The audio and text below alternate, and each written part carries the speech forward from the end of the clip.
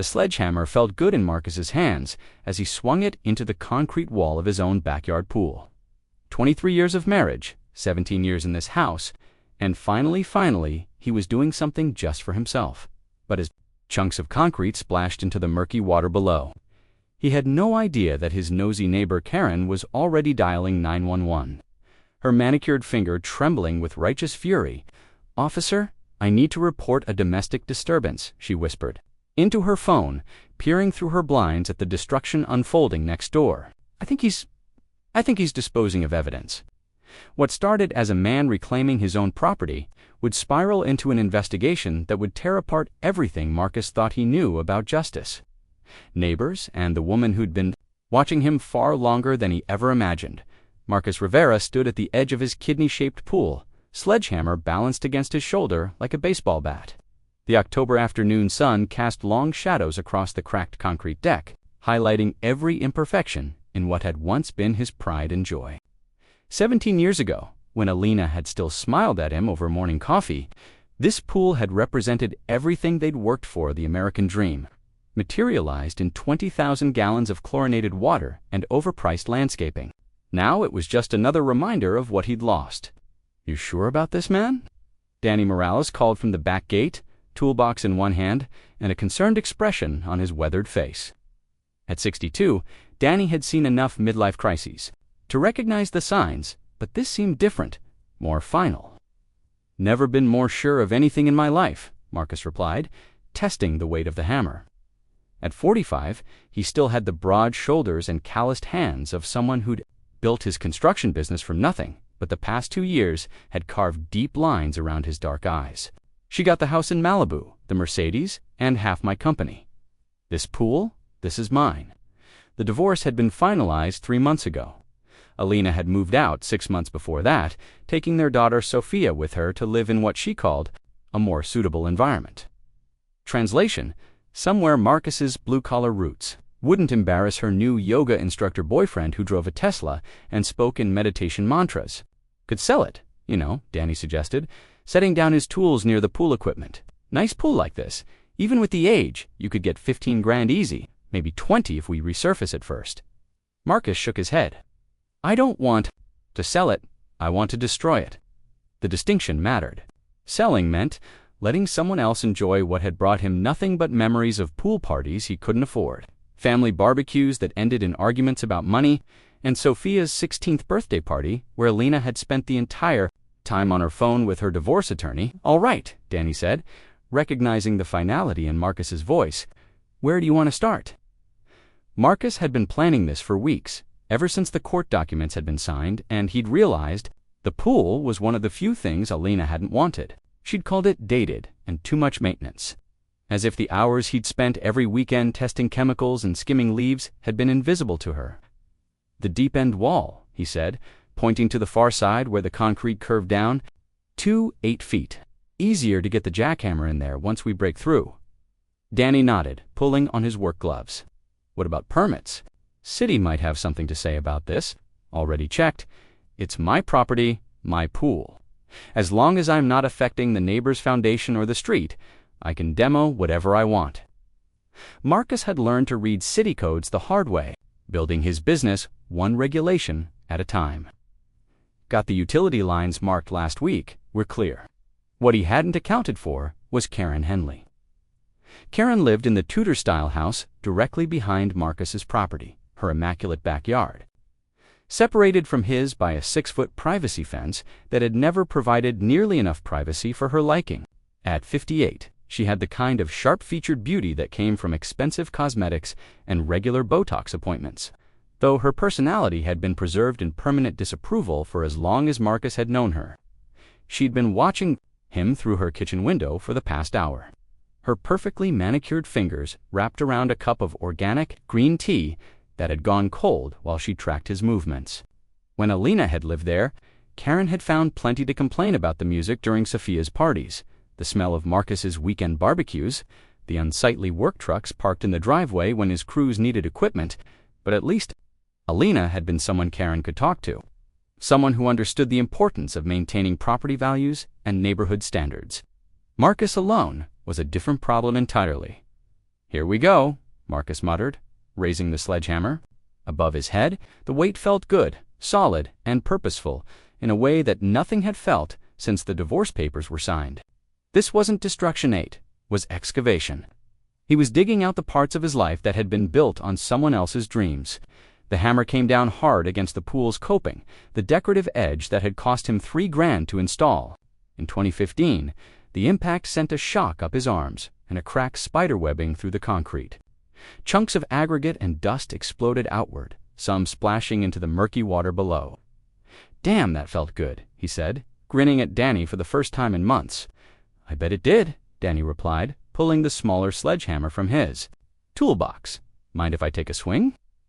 They worked in rhythm, Marcus taking the heavy hits, while Danny cleaned up the debris and made strategic strikes on weakened sections.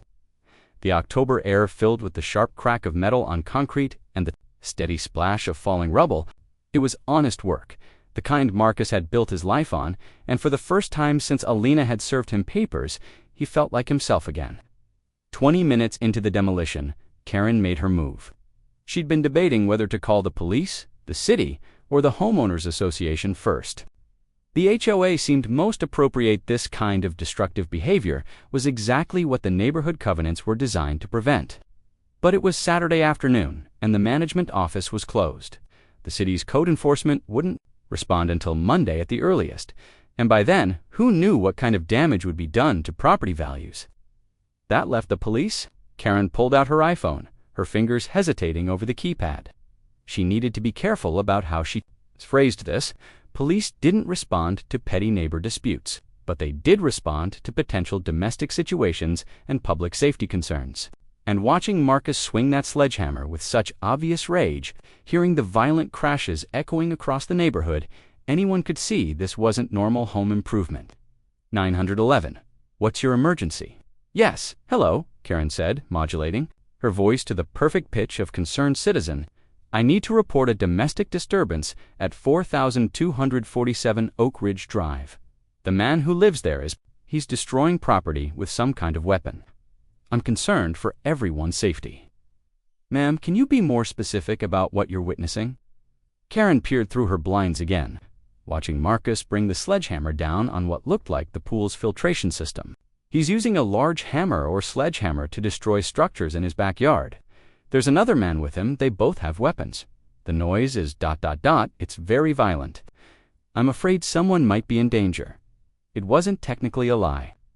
Marcus was destroying property with a sledgehammer, and the noise was violent. The fact that it was his own property seemed less relevant than the potential for the situation to escalate. "We'll send a unit to check it out," the dispatcher said. "Please stay inside and away from your windows until officers arrive." Karen ended the call with a satisfaction that surprised her. She'd been dealing with Marcus's inconsiderate behavior. For years, the early morning construction noise, when his crews showed up, the way his work trucks blocked her view of the street, the general decline in neighborhood standards since Alina had left. This was just the excuse she'd needed to finally do something about it. Back in Marcus's yard, the demolition was gaining momentum. They'd broken through the pools, coping along the entire deep end, and were starting to make real progress on the concrete walls. The work was hot and satisfying, each swing of the hammer releasing months of pent-up frustration. "You know," Danny said, pausing to wipe sweat from his forehead, "maybe we should have rented a jackhammer after all. This is going to take forever with hand tools." "That's fine," Marcus replied, lining up another swing. "I've got nowhere else to be." It was true in the most depressing way possible. Sophia was spending the weekend at Elena's new place, probably lounging by the infinity pool that overlooked the Pacific. His business was stable, but not growing hard to expand when half your assets were tied up in divorce court. The house felt too big and too quiet, filled with spaces that had been designed for a family he no longer had. But out here, with the sun on his back and honest work in his hands, he could almost forget about the empty bedrooms and the silent dinner table. The sound of sirens in the distance didn't register at first. Living 2 blocks from the main thoroughfare, emergency vehicles were a regular soundtrack to weekend afternoons. It wasn't until the sirens stopped close. By Sunday morning, Marcus had demolished half the pool's perimeter and filled 2 industrial dumpsters with concrete debris. The jackhammer Danny had rented made quick work of what would have taken them days with sledgehammers, but the mechanical screaming of the tool also announced his intentions to the entire neighborhood. He'd started at 7 a.m. sharp not to antagonize anyone, but because the rental shop charged by the day and he wanted to get his money's worth, Karen had been ready for him. At 7:15, she called the city's noise ordinance hotline. At 7:32, she contacted the Homeowners Association's emergency line. By 8 o'clock, she had filed complaints with code enforcement, animal control claiming the noise was disturbing pet sound, the county health department, arguing that the dust and debris posed a public health hazard. Marcus was unaware of this coordinated assault as he worked methodically around the pool's shallow end, breaking up the concrete wall in manageable sections. The physical work felt good, each chunk of demolished concrete representing another piece of his failed marriage cleared away. He'd slept better last night than he had in months, exhausted from honest labor instead of lying awake thinking about alimony payments and custody schedules. The first sign of trouble came at 10:30 when a white Toyota Camry with county plates pulled into his driveway. Mr. Rivera, the woman who approached his back gate, wore a crisp blue blazer despite the October heat and carried a tablet that screamed, "Government Efficiency." "I'm Inspector Patricia Vance with LA County Code Enforcement. I received a complaint about unpermitted demolition work being conducted at this address." Marcus shut off the jackhammer, his ears ringing in the sudden silence. "Ma'am, I already explained to the police yesterday homeowners don't need permits to demolish structures on their own property, as long as they don't affect utilities or neighboring foundations." Inspector Vance consulted her tablet, scrolling through what appeared to be several screens of information. "That's generally correct, Mr. Rivera, but there are exceptions. Pools and spas require special consideration due to their interaction with groundwater and potential impact on surrounding properties." "Did you file a demolition notification with the county?" "A what?" "Demolition notification. Even when permits aren't required, property owners are supposed to notify the county of major structural changes that could affect drainage, utilities, or neighboring properties. Pools qualify because of their size and the potential for groundwater issues." Marcus felt the familiar tightness in his chest that had become his constant companion since the divorce. Proceedings began the sensation of being blindsided by bureaucracy he didn't know existed. "No one at the city told me about any notification." "Requirement. That's because it's a county requirement, not city. Different jurisdiction." Inspector Vance looked sympathetic, but her job was enforcement, not education. "I'm going to have to issue a stop work order until you file the proper paperwork and have the site inspected for safety compliance." "How long will that take?" "Paperwork can be filed online. Should be processed within 3 to 5 business days. Safety inspection depends on our schedule, probably another week after that." Marcus stared at the half-demolished pool, at the expensive jackhammer rental that was costing him $150 a day, at the dumpsters he was paying to have emptied twice a week. A work stoppage would cost him hundreds of dollars and push the project into November, when rain might turn his backyard into a mud pit. "Can I ask who filed the complaint?" Inspector Vance's expression became carefully neutral. "Complaints can be filed anonymously, Mr. Rivera. I can tell you, it came from a concerned neighbor who was worried about potential safety issues and property damage." Anonymous, of course. After Inspector Vance left, Marcus stood in his backyard, staring at the Tudor house behind his property. Karen's kitchen window was empty now, but he had no doubt she was watching from somewhere else, probably congratulating herself on her successful bureaucratic maneuvering. He was still standing there when his phone rang. "Dad?" Sophia's voice carried the particular tone of cautious concern that had become her default when dealing with him since the divorce. "Mom says you're tearing down the pool." Marcus closed, his eyes mentally calculating how much Alina knew and how she'd found out. Karen wouldn't have called Alina directly. They'd never been close, but news traveled fast in a neighborhood where everyone monitored everyone else's business. "Yeah, sweetheart, I'm renovating the backyard." "But Dad, that pool was..." Sophie's voice caught slightly. "We had my sweet 16 there, and all those summer parties when I was little. Remember when you taught me to do flip turns?" The memories hit harder than Marcus expected. Sophia at 8, fearless and grinning as she launched herself off the diving board. Sophia at 12, organizing elaborate pool games for her friends. Sophia at 16. Embarrassed by the dated tile work, but still smiling as she opened presents on the deck their family couldn't really afford. "I remember," he said quietly, "but that was a long time ago. Soph, things are different now. Different doesn't mean you have to destroy everything." After she hung up, Marcus sat on his back steps and tried to figure out when his life had become a series of battles he couldn't win. The divorce, the custody arrangement that gave him every other weekend and Wednesday dinners, the business that was stable but not growing because he couldn't focus on expansion when everything else was falling apart. Now, even his attempt to reclaim some small piece of his own property had turned into a neighborhood war. His phone buzzed with a text from Danny. "Heard you got shut down? Want to grab a beer?" Marcus was typing a response when a new car pulled into his driveway's silver Mercedes that he recognized immediately. Alina stepped out wearing the kind of designer athleisure that costs more than most people's monthly rent. Her dark hair pulled back in a perfect ponytail that had probably required an hour of professional styling. She looked incredible. She always looked incredible. That had never been the problem. "Marcus," she said, approaching the back gate with the careful navigation of someone wearing $300 sneakers, "what are you doing?" "Renovating my backyard. Our daughter is upset. She's been crying since she called you." Marcus felt the familiar surge of defensive anger that Elena's presence always triggered.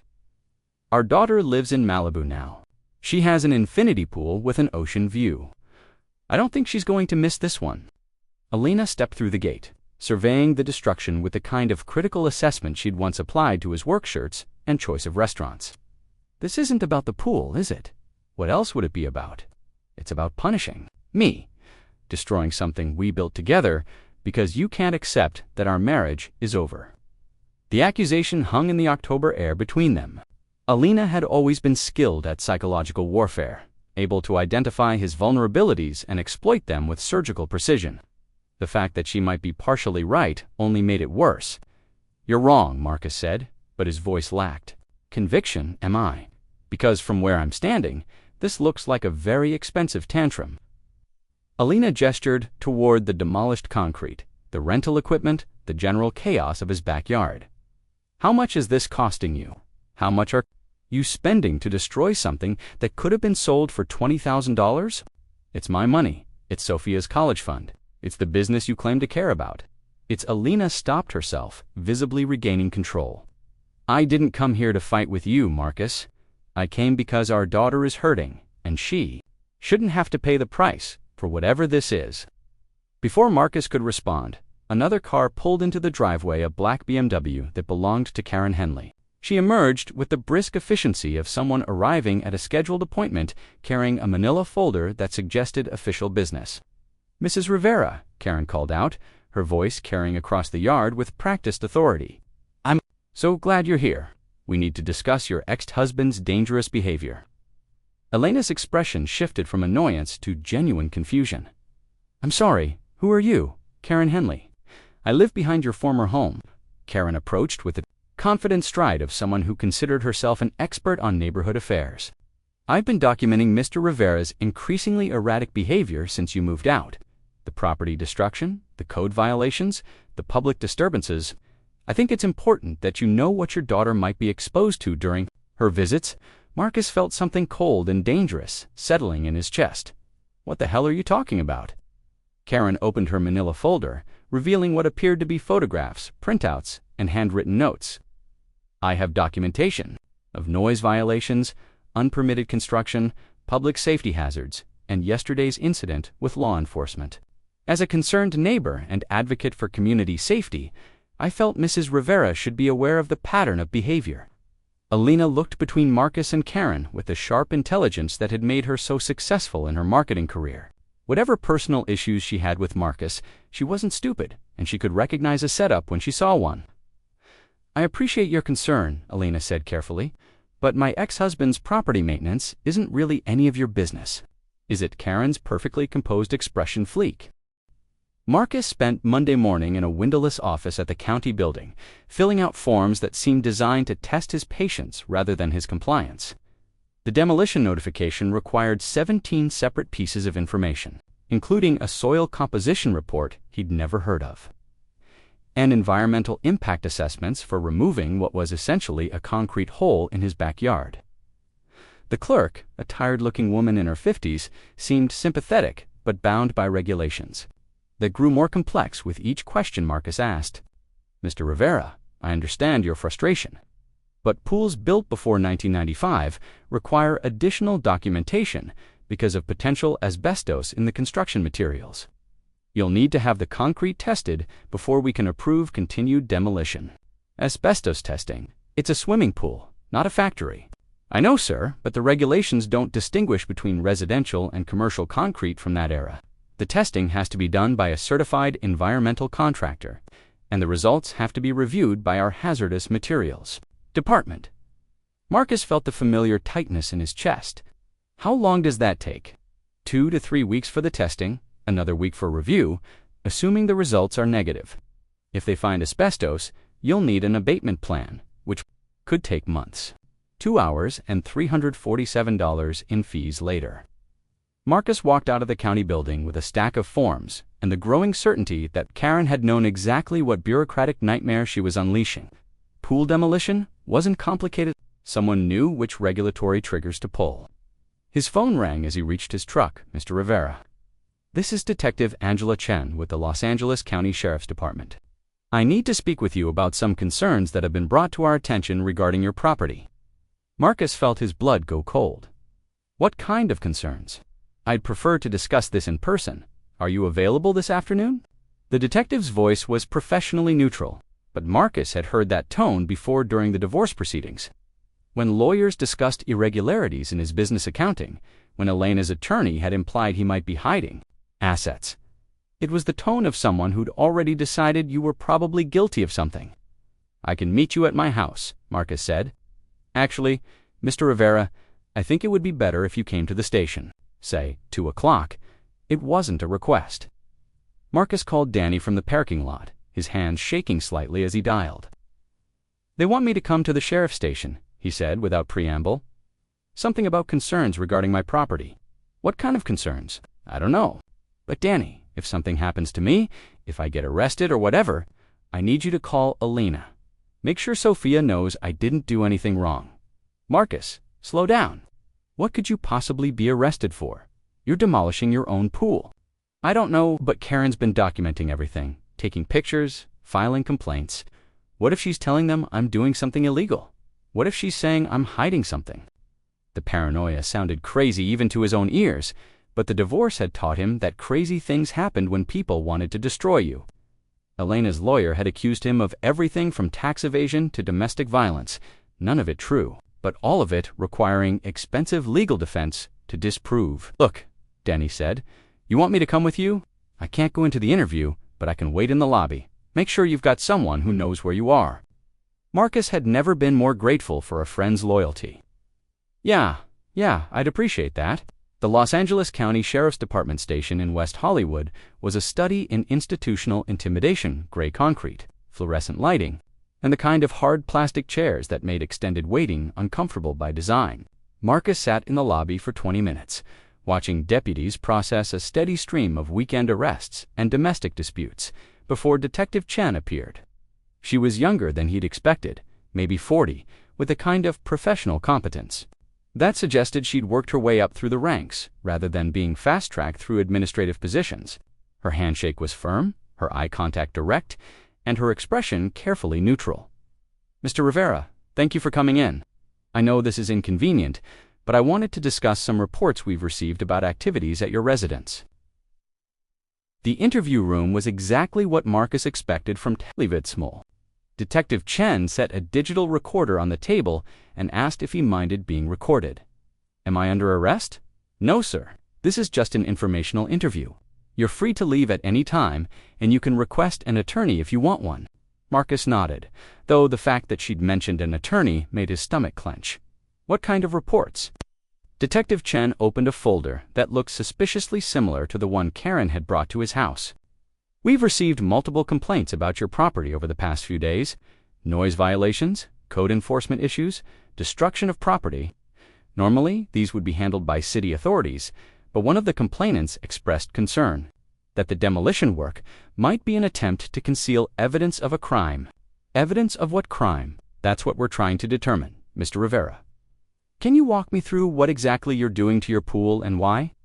For the next hour, Marcus explained the divorce, the property settlement, his decision to demolish the pool rather than maintain it. Detective Chen listened without interruption, occasionally taking notes, her expression giving nothing away. Mr. Rivera, I have to ask, have you disposed of anything unusual in that pool? Any materials, objects, or substances that might explain why someone would be concerned about evidence destruction? No, Jesus, no, it's just concrete and water.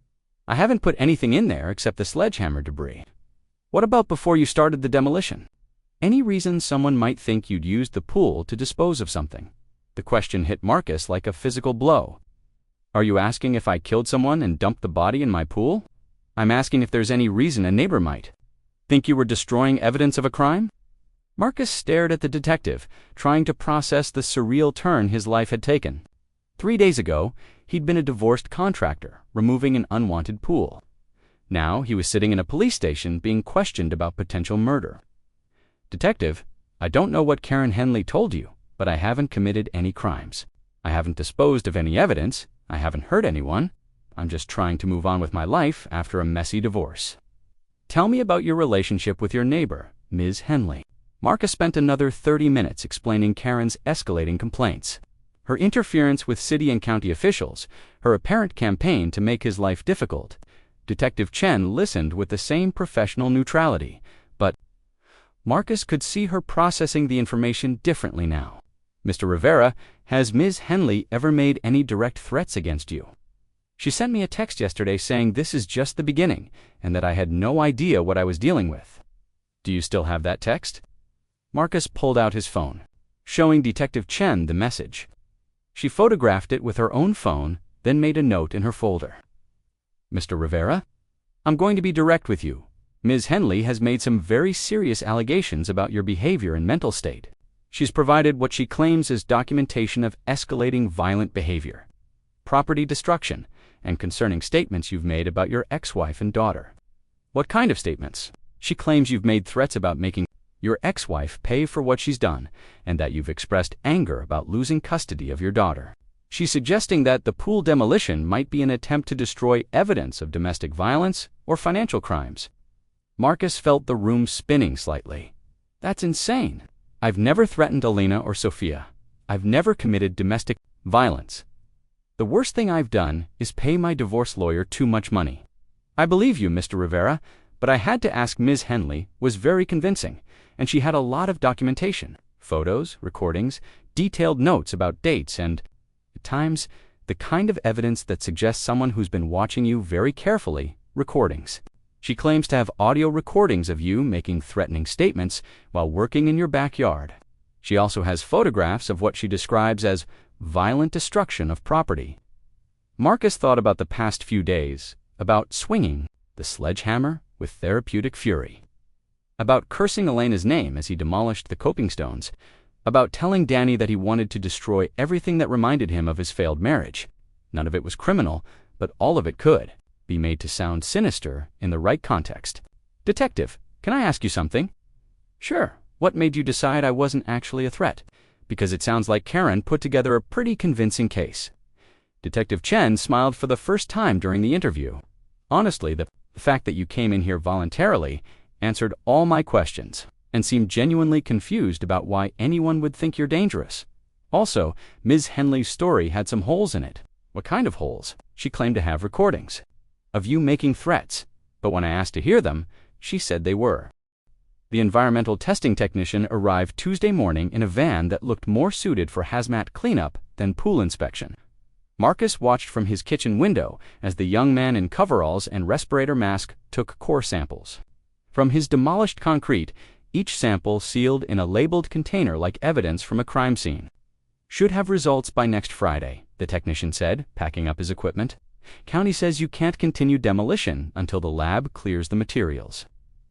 Another week of delay, another week of rental fees for equipment he couldn't use, another week of Karen's victory. Marcus signed the paperwork and watched the van disappear down Oak Ridge Drive. leaving him alone in his backyard with a half-destroyed pool and growing rage. His phone rang as he was calculating how much this latest setback would cost him. Dad Sophia's voice was smaller than usual, hesitant in a way that made Marcus's chest tight. "Can I ask you something?" "Of course, sweetheart." "Mom says someone called the police on you. She says there might be an investigation." Marcus closed his eyes, wondering how much Alina had told her and how much Sophia had figured out on her own. At 17, she was smart enough to recognize adult euphemisms, but young enough to be frightened by them. "It's nothing serious, Soph. Just a neighbor causing problems. You know how these things go." "But Dad, the police." "That's not nothing. Mom's talking about maybe changing our weekend schedule until things settle down. She's scared." The words hit Marcus like a physical blow. Alina was using Karen's harassment as grounds to further restrict his custody time. Exactly what Karen had probably intended when she filed her false reports. "Sophia, listen to me. I haven't done anything wrong. I'm just removing a pool from my backyard, and one of the neighbors doesn't like the noise. That's all this is. Then why won't you just stop? If it's causing so many problems, why not just leave the pool alone?" "Because it's mine," Marcus wanted to say. "Because I've lost everything else, and I won't lose this too. Because backing down now means Karen wins and Alina gets what she wants. And I become the kind of man who lets other people dictate his life." Instead, he said, "Sometimes you have to finish what you start, sweetheart, even when it gets difficult." After Sophia hung up, Marcus stood in his backyard, staring at the Tudor house behind his property. Karen's kitchen window was empty, but her BMW was in the driveway, and he could see lights on in what looked like a home office on the second floor. For the first time since this war began, Marcus realized he knew almost nothing about his enemy. Karen had been his neighbor for 17 years, but beyond her complaints about noise and property maintenance, he'd never really paid attention to her life. He knew she was divorced, that she worked from home doing something with computers, that she traveled frequently and had her mail held by the post office for weeks at a time. But he didn't know what made her so determined to destroy him. "I need to speak with Tommy Nakamura in the planning department." Tommy had been a friend since trade school, working his way up through the city bureaucracy until he'd landed a position that gave him access to property records, building permits, and the kind of information that contractors needed to navigate municipal red tape. "Marcus, hey, heard you were having some trouble with a neighbor. Word travels fast. Code enforcement talks to planning, planning talks to inspections. We all know Karen Henley around here. She's filed more complaints in the past 5 years than most people file in their lifetime." "What do you mean? Hold on, let me pull up her file." Marcus could hear Tommy typing, the sound of computer keys clicking through what was apparently a substantial database. "Jesus, Marcus, this woman has filed 47 separate complaints with various city departments since 2020. Noise violations, property maintenance, code enforcement, animal control, parking violations. She's got a whole system, 47 complaints. And that's just city stuff. Doesn't include county, state, or federal agencies.